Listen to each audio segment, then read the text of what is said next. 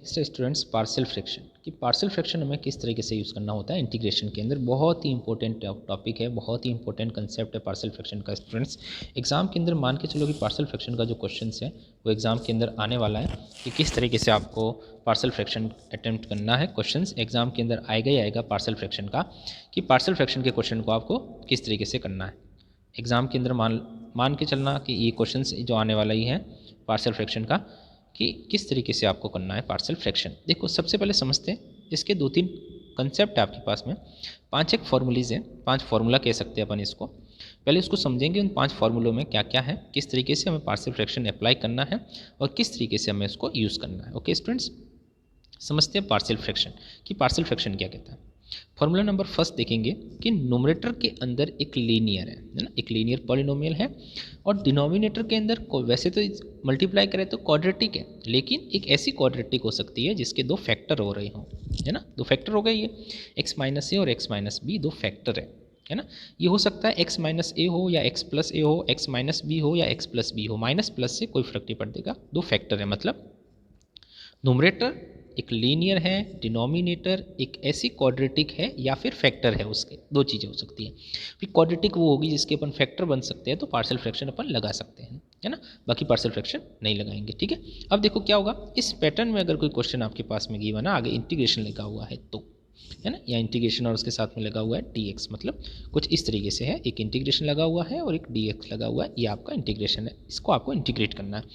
तो क्या करेंगे, जैसे आप पहले यूज़ किया था numerator is equals to A into differentiation of denominator plus B, उसी के जैसा थोड़ा सा चेंज है कि आपको ए अपॉन पहला ब्रैकेट, ए अपॉन पहला ब्रैकेट मतलब पहला फैक्टर, प्लस ई हमेशा बीच में प्लस ही रहेगा, बी अपॉन दूसरा फैक्टर, याद याद आ जाएगा, ए अपॉन पहला फैक्टर प्लस बी अपॉन दूसरा फैक्टर। अगर यार लीनियर ना हो करके सिंगल 1 हो तो भी चल जाएगा, है ना। वो भी आपके पास में क्या होता है, 1 भी क्या होता है, एक कांस्टेंट पॉलिनोमियल होता है। तो यहाँ पे पी एक्स प्लस क्यू ना होकर के केवल नोमिनेटर अगर आपका 1 है, इसकी जगह 1 है और अपॉन में ये 2 ब्रैकेट है, तो भी यही प्रोसीजर यूज़ करना है। और ऊपर कोई एक लीनियर है तो भी आपको ये यूज़ करना है। क्वाड्रेटिक होगा तो क्या होगा, उसके लिए नेक्स्ट फॉर्मूला आएगा, देखिए। तो ए अपॉन पहला ब्रैकेट प्लस बी अपॉन दूसरा ब्रैकेट, ब्रैकेट चाहे प्लस का हो चाहे माइनस का हो, ठीक है। सेकंड फॉर्मूला ये कह रहा है कि पी एक्स प्लस क्यू के डिवाइड में एक्स माइनस ए का होल स्क्वायर। हो सकता है कि दोनों फैक्टर एक जैसे हो, है ना, हो सकता है x माइनस 1 का होल स्क्वायर या x प्लस 1 का होल स्क्वायर आया हो, तब क्या करना है, तो आपको क्या करना है, a upon x minus A plus B upon x minus A का होल स्क्वायर, ध्यान रखेंगे, है ना। a अपॉन तो single power plus b upon complete जो पावर थी वो की वो 2 x माइनस 2 का होल स्क्वायर, ठीक है। थर्ड है, ऊपर क्वाड्रेटिक है और नीचे क्यूबिक है। देखो x minus A, X minus B, X minus C को ओपन करेंगे तो क्यूबिक निकलेगा, लेकिन एक ऐसी जिसके 3 फैक्टर है, एक ऐसे क्यूबिक पॉलिनोमियल जिसके 3 फैक्टर हैं, x minus A, X minus B और एक्स माइनस सी। नोमिनेटर कौन है, नोमिनेटर है आपका P X square Q X plus R है, और डिनोमिनेटर कितना है, x minus A, X minus B और एक्स माइनस सी है आपके पास में, ये है। तो कैसे लिखेंगे, वही a अपॉन पहला फैक्टर, b अपॉन दूसरा फैक्टर, c अपॉन तीसरा फैक्टर। इसको था ही नहीं डिनोमिनेटर के अंदर, तो जैसा ऊपर लिखा था वैसे के वैसे 3 कांस्टेंट आ जाएंगे। फिर पी एक्स प्लस क्यू और डिवाइड में आपके पास में ये तो लीनियर है, लेकिन कैसा है, एक सिंगल फैक्टर है, एक 2 फैक्टर, मतलब 2 यहाँ से आ रहे हैं। देखो एक तो एक्स स्क्वायर आ रहा है, एक एक्स, तो एक्स क्यूब है, मतलब लीनियर के डिवाइड में कौन है, क्यूबिक है, पर एक ऐसा क्यूबिक जिसके फैक्टर बन रहे हैं, 2 फैक्टर एक जैसे हैं। तो वही ए अपॉन पहला factor, B upon x minus B और सी अपॉन क्या हो जाएगा, एक्स माइनस बी का स्क्वायर, जैसा ऊपर हुआ था स्क्वायर आता है तो नेक्स्ट वाले में क्या हो जाता है, स्क्वायर। लास्ट लीनियर अपॉन एक लीनियर है और मल्टीप्लाई में उसके क्वाड्रेटिक है, समझना। ऊपर तो कौन है लीनियर, डिनोमिनेटर में कौन है लीनियर, और उसके मल्टीप्लाई में कौन है, उसके मल्टीप्लाई में क्वाड्रेटिक है। 2 चीज़ें हैं, लीनियर, लीनियर के डिवाइड में एक फैक्टर लीनियर वाला, दूसरा क्वाड्रेटिक है, मतलब कुल मिला के है तो क्यूबिक, पर कैसा है, एक लीनियर फैक्टर है और एक क्वाड्रेटिक है। तो कैसा करेंगे, लीनियर फैक्टर तो होगा वो A upon x minus B, plus यहाँ पे आपको ध्यान रखने वाली चीज़ वो है कि वो बी एक्स प्लस सी लिखेंगे, 2 फैक्टर एक साथ लिखेंगे, लीनियर के डिवाइड में क्वाड्रेटिक लिखना पड़ेगा, ये इंपॉर्टेंट चीज़ है। किसके लिए भाई, ए अपॉन तो क्या हो जाएगा X minus B plus B X plus C upon X, A X square plus B, अगर एक और होता तो C X plus D upon दूसरा आपके पास में क्वाड्रेटिक होगा। इसका आपको स्पेशली ध्यान रखना है कि 2 कांस्टेंट एक साथ जोड़ेंगे, लीनियर बना करके ऐड करना है, B X plus C upon X square, A X square plus B X को लीनियर बना करके आपको ऐड करना है, तो ये लीनियर बना करके आप इसको ऐड कर देंगे। ओके, तो ये कुछ फॉर्मूले हैं जो आपको यूज़ करने हैं और इसके बेसिस पे आपको एक्सरसाइज 7.5 करती है। चलते देखते हैं एक्सरसाइज 7.5 के क्वेश्चन। एक्सरसाइज 7.5 क्या कहती है, इंटीग्रेट द रेशनल फंक्शन। ये रैशनल फंक्शन जो पी बाई क्यू की फॉर्म में होता है that's called a rational function. जो पी बाई क्यू की फॉर्म की नहीं है उसको हम रैशनल फंक्शन नहीं कहेंगे। इंटीग्रेट द रैशनल फंक्शन को इंटीग्रेट करेंगे, ठीक है। तो देखो क्या करेंगे, तो हमारे पास में ये हो जाएगा, देखो पहला क्वेश्चन है x upon x plus one और एक्स प्लस टू, जैसा कि अभी अपन बात कर रहे थे, फैक्टर कैसा भी हो सकता है, फैक्टर प्लस वाला भी हो सकता है, फैक्टर माइनस वाला भी हो सकता है। तो देखो ये प्लस वाला फैक्टर है, तो कैसे लिखेंगे, ए अपॉन पहला ब्रैकेट, इसका इंटीग्रेशन करना है ना, ये देखो ऐसे ही था, ए अपॉन पहला ब्रैकेट प्लस बी अपॉन दूसरा ब्रैकेट। इंपॉर्टेंट चीज़ है, देखेंगे इसको कैसे सॉल्व करना है। ए अपॉन पहला ब्रैकेट प्लस बी अपॉन दूसरा ब्रैकेट है, इधर तो आपके पास में एज इट इज, इधर क्या लेंगे, एलसीएम, एक्स प्लस ए और एक्स प्लस वन और एक्स प्लस टू में एलसीएम ले लिया हमने, एक्स प्लस वन और एक्स प्लस टू में एलसीएम लेंगे तो ये दोनों के दोनों एलसीएम आ जाएंगे। कौन से, एक्स प्लस वन और एक्स प्लस टू दोनों के दोनों एलसीएम आ गए। अब ये दोनों के दोनों एलसीएम आएंगे तो क्या होगा, अगर ये दोनों की दोनों चीज़ें एलसीएम आ गई तो क्या हो गया, तो ये A into X plus two plus B into X plus one, A into X plus two plus B into X plus one हो गया। ये आपके A into X plus two पहला factor plus B into X plus one आपके पास में क्या हो जाएगा, दूसरा फैक्टर, एलसीएम ले लिया। अब क्या हो जाएगा कि x plus one x plus to से तो X plus one x plus to cut गया, बचा कौन, ये बचा ऊपर वाला, मल्टीप्लाई कर दिया ए एक्स प्लस टू ए और बी एक्स प्लस बी, ऐसा हो गया। अब अपन क्या करेंगे, एक्स को कॉमन ले लिया, इन दोनों में से एक्स को कॉमन ले लिया, तो इन दोनों में से एक्स को कॉमन ले लिया तो क्या बचेगा, एक्स ए प्लस बी, और ये दोनों क्या हो जाएंगे, ये दोनों आपके हो जाएंगे कांस्टेंट, कौन कौन से, बी और टू ए, ये हो गया। जैसा कि पहले किया था वैसे कैसे कंपेयर करना, इधर एक्स के साथ में कौन है, वन है, इधर एक्स के साथ में कौन है, ए प्लस बी, तो A plus B is equal to तो कितना हो जाएगा, one, A plus B is equal to one, तो ए इज इक्वल टू कितना हो गया, वन माइनस बी, और इधर आपके पास में two A plus B is equal to कितना, जीरो, तो बी की वैल्यू निकल गई। तो कुल मिला के हमें क्या करना था, इन दोनों को सॉल्व करके ए और बी की वैल्यू निकालनी थी, तो ए इज इक्वल टू कितना आ गया, माइनस वन, और बी इज इक्वल टू कितना आ गया, टू। ये और ए और बी की वैल्यू कहाँ पुट करनी है, जहाँ स्टार्टिंग में हमने इसको एज्यूम किया था, कहाँ एज्यूम किया था, ये यहाँ पे एज्यूम किया था, देखो ए की जगह ए की वैल्यू, बी की जगह बी की वैल्यू पुट करनी है, तो इसके इक्वल हो गया, तो इसके इक्वल हो गया तो अपन क्या कहेंगे, इसका इंटीग्रेशन करो भाई, प्लस इसका इंटीग्रेशन करो। सीधी सीधी बात है कि अगर ये इसके इक्वल है तो अपन क्या करेंगे कि ये इसका इंटीग्रेशन प्लस ये इसका इंटीग्रेशन, ये आपके पास में इंटीग्रेशन हो गया, ठीक है, आपके पास में इंटीग्रेशन हो गया। अब क्या करेंगे, अब देखो क्या, ये इंटीग्रेशन डी एक्स है, तो ये क्या हो जाएगा, A D X plus B D X हो जाएगा, ये हो जाएगा A D X plus B D X हो जाएगा, ठीक है। अब क्या करेंगे, अब देखो, अब इसका इंटीग्रेशन करना है, तो ए अपॉन आपके पास में ये था, तो अब देखो ये क्या है, वन अपॉन एक्स है, वन अपॉन एक्स का इंटीग्रेशन कितना, लॉग एक्स, और इसके कितना, इसका भी लॉग, तो ये हो जाएगा two log X plus two, तो एक्स प्लस टू का ये जो टू है लॉग का, ये कहाँ चला जाएगा, ये इसके ऊपर इसको लगा सकता है, और ये कितना हो जाएगा, माइनस इधर रेसिप्रोकल हो सकता है, तो ये तो हो जाएगा ऊपर, एक्स प्लस टू का होल स्क्वायर तो हो जाएगा नोमिनेटर, और डिनोमिनेटर में कितना चलेगा, एक्स प्लस वन प्लस सी, तो ये होगा आपका आंसर। बहुत अच्छे क्वेश्चन है, बहुत अच्छा कंसेप्ट है पार्शियल फ्रैक्शन का, मजा आता है क्वेश्चन करने में। नेक्स्ट देखिए आपके पास में क्वेश्चन, नेक्स्ट क्वेश्चन सेकंड क्या कहता है, that is x square minus nine है, तो इसको क्या करेंगे, इसको एक्स माइनस थ्री और एक्स प्लस थ्री दो फैक्टर बन गए, तो वही ए अपॉन पहला फैक्टर प्लस बी अपॉन दूसरा फैक्टर, एलसीएम ले लेंगे, x minus three x plus three LCM आ गया, इस एलसीएम से एलसीएम कैंसिल आउट हो गया। फिर आपके पास में कंपेयर किया तो वन इज इक्वल्स टू ऐसी इक्वेशन आ गई, हमने ए और बी को कंपेयर किया तो आपके पास में A minus A is equals to minus का बी, और A is equals to value निकाली 1/6 और बी इज इक्वल्स टू कितना, माइनस का 1/6, ए और बी की वैल्यू पुट कर दी 1/6 upon x minus three, minus का 1/6 होने की वजह से यहाँ माइनस आ गया, एक्स प्लस थ्री, तो ये भी हो गया लॉग और ये भी हो गया लॉग, आपके 1/6 लॉग, ये भी 1/6, और 1/6 कॉमन ले लिया हमने, उसके बाद अपने पास में क्या हो जाएगी, वैल्यू हो जाएगी, तो आपके पास में ये हो गया आपका फाइनल आंसर। बहुत सिंपल सा, मजा आ रहा है। देखिए वही आपके 3x minus one upon 3x minus one, तीन फैक्टर हो गए, तो आप सभी तीन फैक्टर, बहुत ही बढ़िया बात है, ए अपॉन पहला फैक्टर, बी अपॉन दूसरा फैक्टर, सी अपॉन तीसरा फैक्टर, तीनों का एलसीएम लेंगे, एलसीएम से एलसीएम को काट देंगे, तो 3x माइनस वन किसके बराबर होगा, ए के मल्टीप्लाई में x minus two x minus three, B के मल्टीप्लाई में x minus one x minus three, C के मल्टीप्लाई में x माइनस वन और एक्स माइनस टू, ये आ गया। अब अपन क्या करेंगे, अब देखो अब क्या होता है कि इतनी बड़ी इक्वेशन को कंपेयर करके सॉल्व करना होता है, कंपेयर करके सॉल्व करना होता है तो कुछ प्रॉब्लम हो सकती है, कंपेयर करके सॉल्व करके निकालेंगे ए बी सी की वैल्यू जाएगी, तो यहाँ से एक दूसरी मेथड और यूज़ करेंगे कि कैसे अपन ए बी सी की वैल्यू निकाल सकते हैं, कैसे ए बी सी के लिए कैलकुलेट कर सकते हैं, कैसे ए बी सी की वैल्यू निकालेंगे वो आपको देखना है। देखो कैसे, एक्स की जगह आपके पास में वैल्यू आपके पास में, अगर एक्स की जगह अपन देखो ए बी सी की वैल्यू निकालनी है, ए की वैल्यू निकालनी है तो बी और सी को जीरो करना है, तो बी और सी जीरो कब होंगे, जब इस आपके पास में इस एक्स की जगह आप वन पुट करें, X is equal to one put करें, देखो X is equal to one put करने से क्या होगा, ये जीरो हो जाएगा, बी भी जीरो सी भी जीरो, बचेगा कौन है, ए बचेगा, एक्स की जगह वन पुट करेंगे तो, फिर एक्स की जगह अब आप टू पुट करेंगे, एक्स की जगह टू पुट करेंगे तो एक्स की जगह टू पुट करने से क्या हो जाएगा, ये जीरो हो जाएगा, ये जीरो हो जाएगा, बी बचेगा, और एक्स की जगह थ्री पुट करने से ये और ये जीरो, तो सी पुट हो जाएगा। तो आप सी की वैल्यू निकाल सकते हैं ऐसे डायरेक्ट, देखोगे एक्स की जगह वन पुट किया तो ए की वैल्यू निकली, एक्स की जगह टू पुट किया तो बी की वैल्यू निकल गई, और एक्स की जगह थ्री पुट किया तो आपके पास में सी की वैल्यू निकल गई। ऐसे भी आप ए बी सी की वैल्यू निकाल सकते हैं, ये सबसे शॉर्ट वे है ना। वैसे आप क्या करेंगे, नहीं तो क्या करना पड़ेगा, नहीं तो आपको क्या करना पड़ेगा, इसको ओपन करके कंपेयर करना पड़ेगा, तो तो जब फैक्टर बड़े हो जाते हैं तो अपन कंपेयर नहीं करते, अपन डायरेक्ट यूज़ करते हैं एक्स की जगह 1, एक्स की जगह 2 और एक्स की जगह 3 पुट क्यों किया। देखो 1 पुट करने से मैं इसको देखने से थोड़ा सा आइडिया लगाना है। 1 पुट करने से ये जीरो ए बचेगा। 2 पुट करने से आपके पास में क्या होगा, 2 पुट करने से ये जीरो और ये जीरो बी बचेगा। फिर सी पुट करेंगे तो ए बी सी की वैल्यू होगी। ए बी सी की वैल्यू हमने पुट कर दी। ए बाय मतलब one by x minus one, minus 5 by x minus 2 और 4 बाई एक्स माइनस 3। तो ये लॉग एक्स माइनस 1, ये लॉग एक्स माइनस 2 और ये लॉग एक्स माइनस 3, ये आगे लॉग। अब इस सम की पावर दे देंगे या फिर ये क्या हो जाएगा आपका आंसर। सेम वही फोर्थ क्वेश्चन भी वही, ए अपॉन पहला ब्रैकेट, बी अपॉन दूसरा ब्रैकेट, सी अपॉन तीसरा ब्रैकेट। सेम कट कुटा के ये भी आपके एलसीएम काट दिया, ये बचा। अब इसमें वैल्यू पुट करनी है वैसे वैसे हमें ऊपर वाले क्वेश्चन में किया। एक्स की जगह 1, एक्स की जगह 2 और एक्स की जगह 3 पुट करती, तो ये आपके पास वैल्यू आ गई।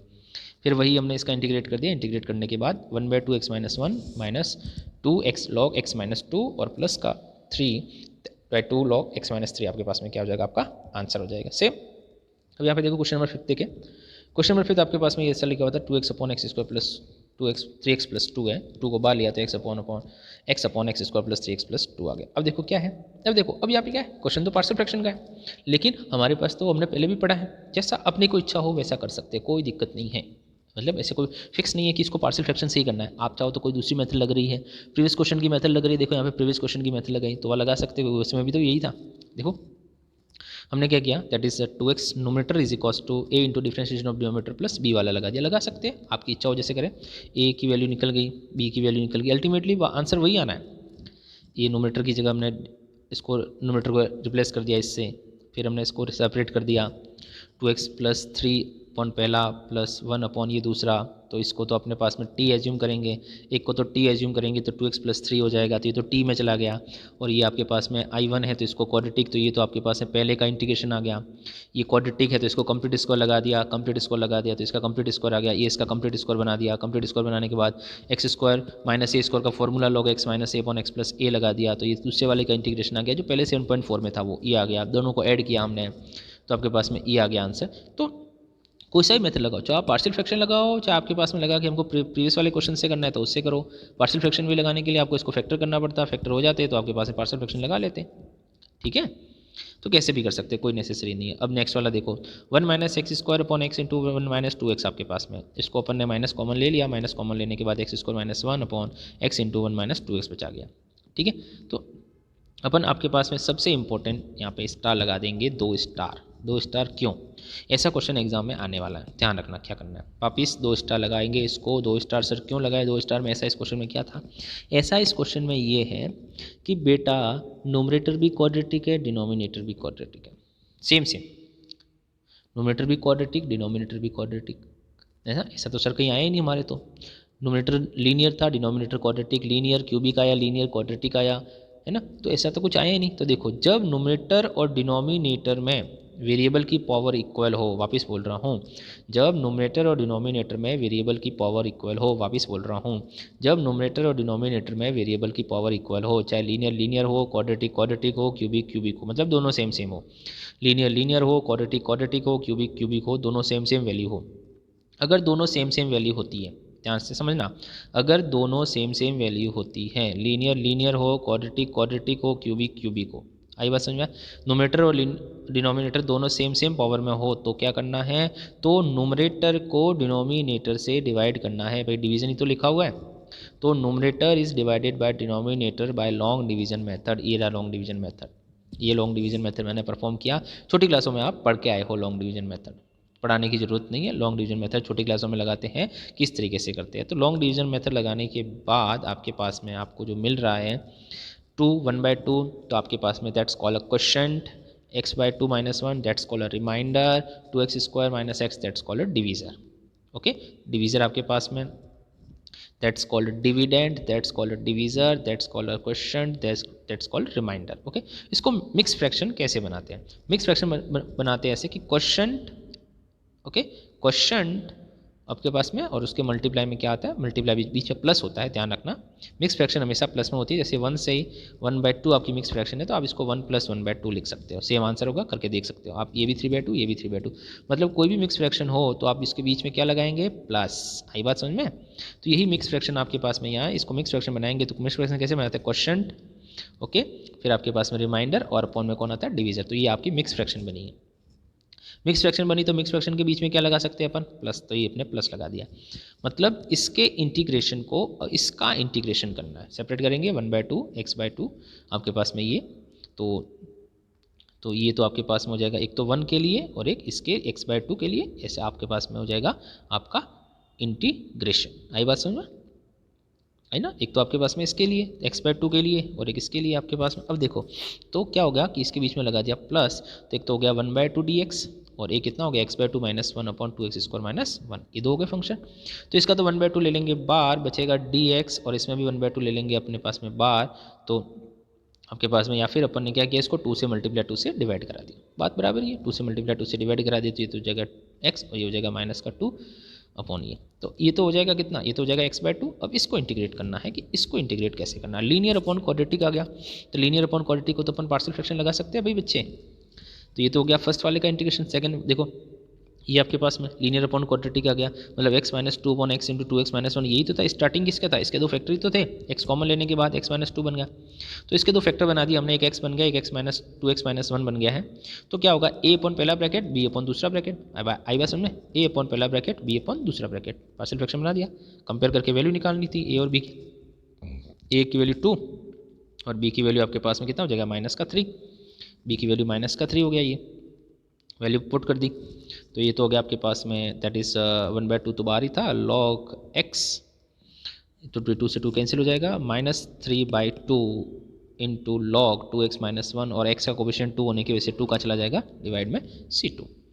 तो इसको फाइनल दोनों के आपके पास में आपने दोनों के आंसर को ऐड कर दिया, पहले वाला c1 प्लस दूसरे वाला ये, और उसको थोड़ा सा अरेंज कर दिया log की फॉर्म में, तो that's your final answer, i is equals to 1/2 x/2 log x upon 1 - 2x की power 3/4 plus C is your answer, है ना। क्वेश्चन को समझना है, पैटर्न को समझना है, उसके बाद क्वेश्चन करना है।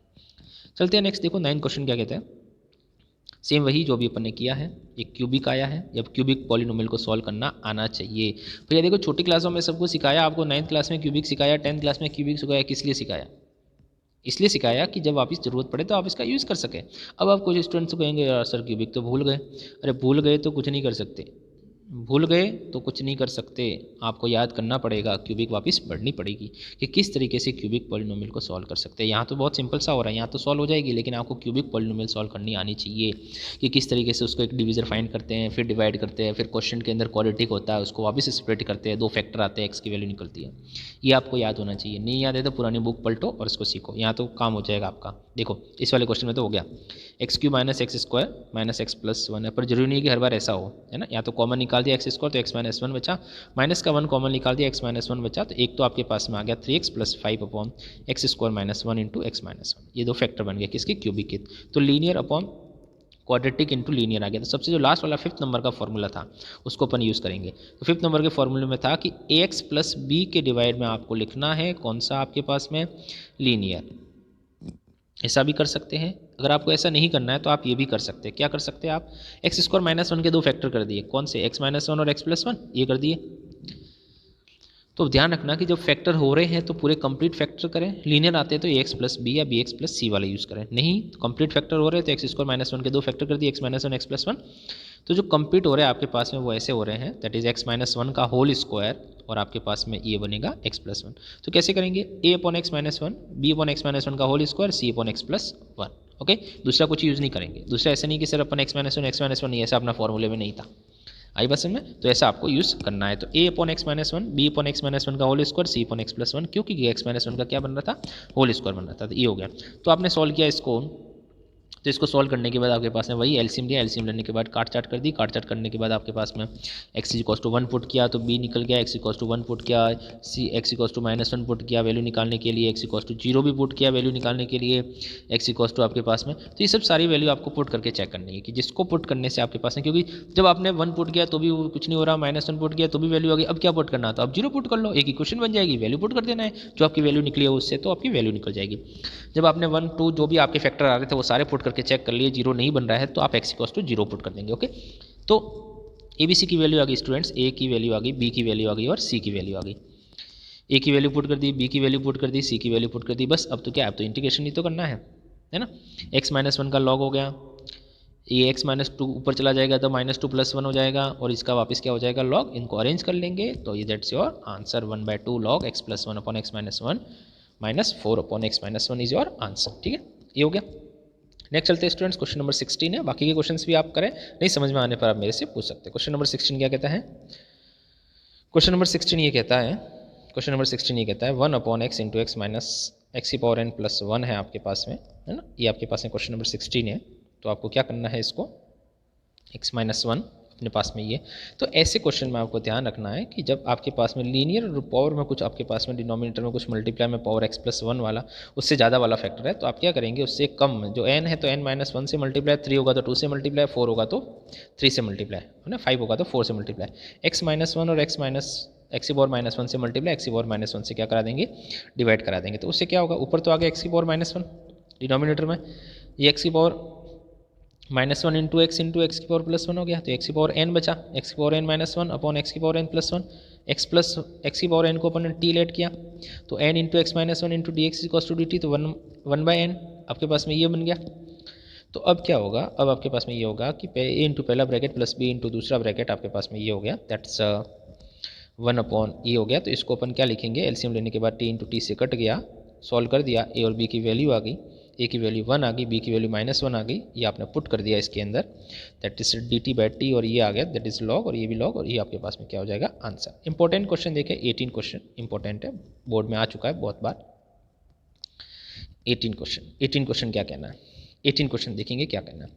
सबसे पहले देखो पावर 4 है तो डिवाइड करना पड़ेगा, लेकिन आप पावर 4 को 4 न करें, क्योंकि एक्स स्क्वायर को थोड़ी देर के लिए किसी अदर वेरिएबल्स को रिप्लेस कर देते हैं तो क्या होगा, थोड़ा सिंपल हो जाएगा। कैसे समझना, हमने एक्स स्क्वायर को थोड़ी देर के लिए क्या लेट कर दिया, वाई लेट कर दिया, तो y + 1 y + 2 y + 3 और y + 4 चल रहा है। ठीक है, अब आपके पास में क्या मल्टीप्लाई कर दिया, y² 3y + 2 और y² 7y + 12। अभी अपन ने बात की थी कि भाई क्वाड्रेटिक हो, लीनियर हो, आपको क्यूबिक हो तो डिवाइड करना पड़ेगा, तो नोमिनेटर को डिनोमिनेटर से डिवाइड करना है लॉन्ग डिवीजन मेथड से, ये लॉन्ग डिवीजन मेथड से हमने इसको डिवाइड किया। तो डिवाइड करने इससे आगे डिवीजन हो नहीं सकता, ठीक है ना, क्योंकि ये क्वाड्रेटिक है, ये लीनियर, इससे आगे तो क्या करेंगे, मिक्स फ्रैक्शन लिखना है, तो 1 + -4y - 10 अपॉन ये वाली वैल्यू, तो ये आगे ये हमने यहाँ पे पुट कर दिया। ठीक है, ये पुट कर दिया, पुट करने के बाद हमारे पास में ये आ गया, पुट करने के बाद हमारे पास में ये आ गया। अब क्या करना है इसको, अब इसको सॉल्व करना है, सीधी बात है, वैल्यू पुट करेंगे तो इसका तो पहले का इंटीग्रेशन 1 dx तो dx + c1 हो गया। अब दूसरे का इंटीग्रेशन मेन है आपका 4y + 10 अपॉन ये आ गया, 4y + 10 अपॉन ये आ गया, तो 4y + 10 अपॉन इसके दो फैक्टर हो गए, कौन से, y + 3 और y + 4, a अपॉन पहला ब्रैकेट प्लस b अपॉन दूसरा ब्रैकेट कर दिया हमने, कंपेयर भी कर दिया, वैल्यू भी निकाल दी, b = 6 आ गया, a = -2 आ गया। वापिस हमने यहाँ पे पुट कर दिया, यहाँ पे इंटीग्रेशन कर दिया दोनों का, a और b की वैल्यू पुट कर दी, तो आपके पास में -2/y + 3 + 6/y + 4 आ गया है आपके पास में ये, तो ये हो जाएगा √, ये हमने x की वैल्यू पुट कर दी, तो x² + a², ये x² + a², तो tan इनवर्स। ध्यान रखना, अगर आप वैल्यू पुट नहीं करेंगे तो ये dx और y में इंटीग्रेशन नहीं कर सकता, ये dx और y इंटीग्रेशन नहीं कर सकता। इंटीग्रेशन करने के लिए विद रेस्पेक्ट वही होना चाहिए जो फंक्शन है, तो हम क्या करेंगे, y की जगह आपका पुराना जो x² था उसको पुट कर देंगे। ध्यान रखना यहाँ पे, नहीं तो क्या होगा, जल्दबाजी में आप इसकी इंटीग्रेशन कर देंगे लॉग में, मतलब इंटीग्रेशन लॉग में कर देंगे तो नहीं चलेगा। ठीक है, तो आप इसकी वैल्यू पुट कर देंगे, ये हो गया x² + a², tan इनवर्स, ये भी tan इनवर्स आपके पास है 1/a tan inverse x/a, 1/a tan inverse x/a, उसको अरेंज कर दिया आपके पास में और ये हो गया आपका answer, that's your answer.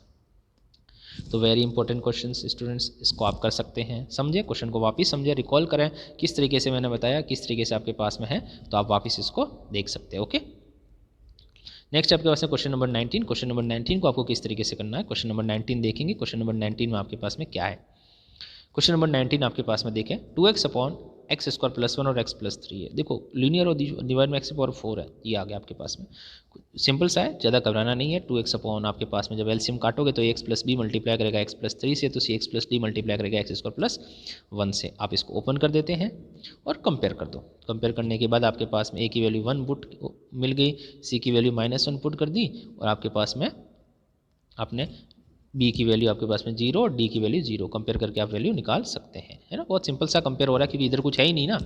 Compare क्यों किया, क्योंकि इधर कुछ है ही नहीं, लेफ्ट हैंड साइड में तो एक्स के साथ में कुछ है ही नहीं ना, बाकी सब तो 0 0 होने वाले, इसलिए हमने कंपेयर कर दिया।